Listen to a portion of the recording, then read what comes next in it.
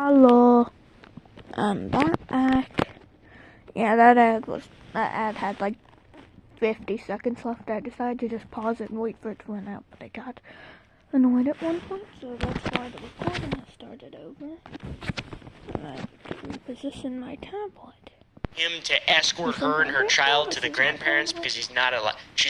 That's very strange. A quick rundown on what happened to the baby. She swaddled it very tightly, wrapped it up into an extremely tight burrito, and then the child suffered asphyxia, lack of oxygen, no breathing.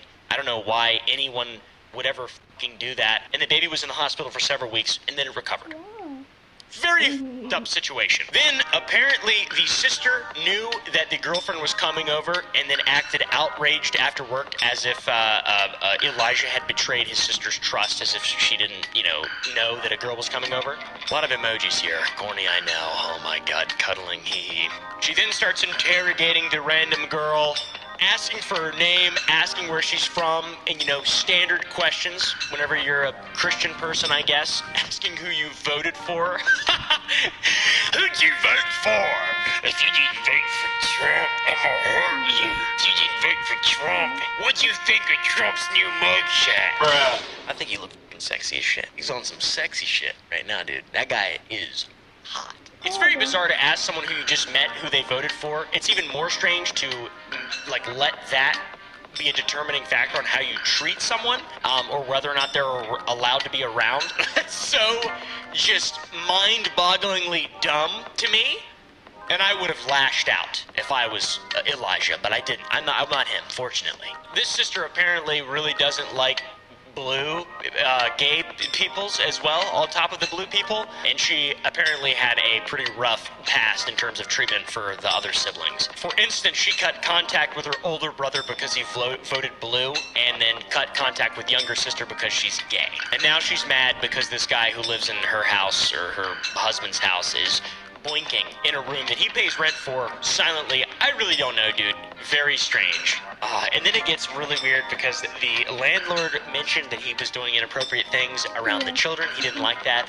But then he says that the landlord talks to his wife about mommy and daddy's special game, and they're the only ones that can be in the room when they play it, which is just a really weird way to say, please leave. Me and mommy are about to play 2K23 Backshots Edition.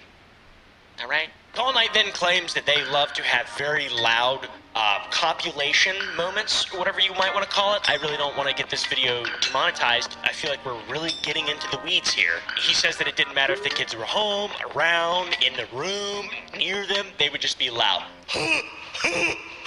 Similar to that, I assume. He also claimed that they had a bunch of adult items that they would just leave around in the sink in the house. For him, by the way, not even for her, for him. And Tall Knight seems to be angered that they're triggered by his seemingly normal relationship when apparently they have this insane. So this is the arc, right? It just gets this crazy, they're calling each other out, and then he's exposing them on Discord, and I cannot imagine this is a good way to have a happy family during Thanksgiving. It is fucking funny though, oh my god. And my sister isn't the one who takes it in the ass. Dead ass, dead ass, dead ass. For a moment. He then gets the exact story as to when they got kicked out. He's got the girl, they're embraced, if you know what I'm saying. They get walked in on, get out! Permanently. That's what it is. That's what he says. They said they're very ashamed, embarrassed, and then also laughing. It's weird. He apparently also didn't know that she was serious, and then she kind of doubled down, and then he said he was sorry, and he said, I wouldn't do it again, and then he just it's cold outside and stuff. It's in fucking Maine, so it's, massive shithole, but, just kidding. Maine is beautiful. I love it. I can't believe I just said that. I'm an idiot. Look at this. Anyways, so he has a bit of a begging session with his sister. Please let me stay. Please let me stay. Then the woman says his girlfriend is and shouldn't open her legs to a stranger, and then he's gonna become homeless. I don't really know, dude. It's so weird. He also got kicked out of the church as well, man. Shoo! This is starting to sound like a cult. And it ends by him saying he's staying at a hotel. So the scam allegation is that he had nowhere to stay and he needed money to find somewhere to stay. And then the landlord said that he had somewhere to stay until March. He needed to get out, and that he was not kicked out. I don't know, dude. It was a little bit of time, too. Not a lot of time. It was only like a week. It was just a few days. So shit hits the fan. He says he only has $471 to his name as of his bank statement, February 19th. I mean, it doesn't seem like a scam. This is where people kind of got mad, but there's more, obviously. In my opinion, this is very clearly he's not a scammer. I don't know why people would say he's a scammer in this instance. He just asked for help.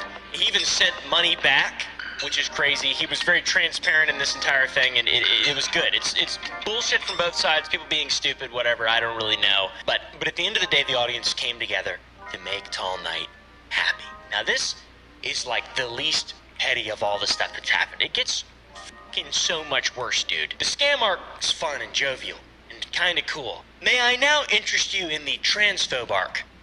No. Could have seen that one coming!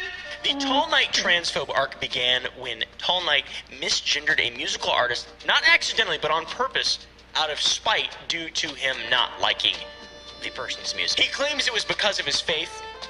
Could have seen that coming. He then apologizes for it, but it sort of, the whole thing comes off more like, I'm sorry you're offended, by the way. And then I misgendered them in the comments. And yes, I will admit, it was in a derogatory manner. It was an insult because I didn't like the person's music. Yeah. So, for that, I apologize. That was wrong of me. Liberal, you frickin' stupid liberal. What are you? Respectful of someone else's decisions? You freak!